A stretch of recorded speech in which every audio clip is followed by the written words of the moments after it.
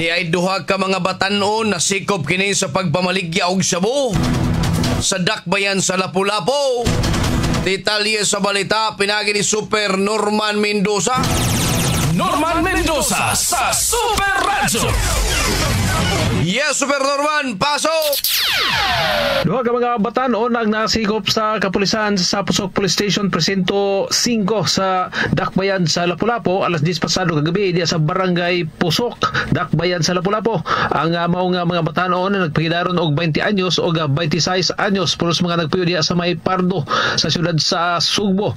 Nakuha o nasakmit gikan kanila mao ang ibanabanang 4 ka gramo sa kituang shabu nga mobalor ngadto sa 27,000 ka pesos. Ang mga sakop gikan sa Pusok Police Station pinaguluhan usab ni Police Major Ramil Dugan, hepe maoy mihimo sa mong drug operation. Human nga nagrawat sila og impormasyon gikan sa mga kanhi dinakpan sa illegal nga drugas nga kining duha maoy nagkonsabo sa pagtagak pagpamaligya sa shabu diya sa dakbayan sa Lapu-Lapu.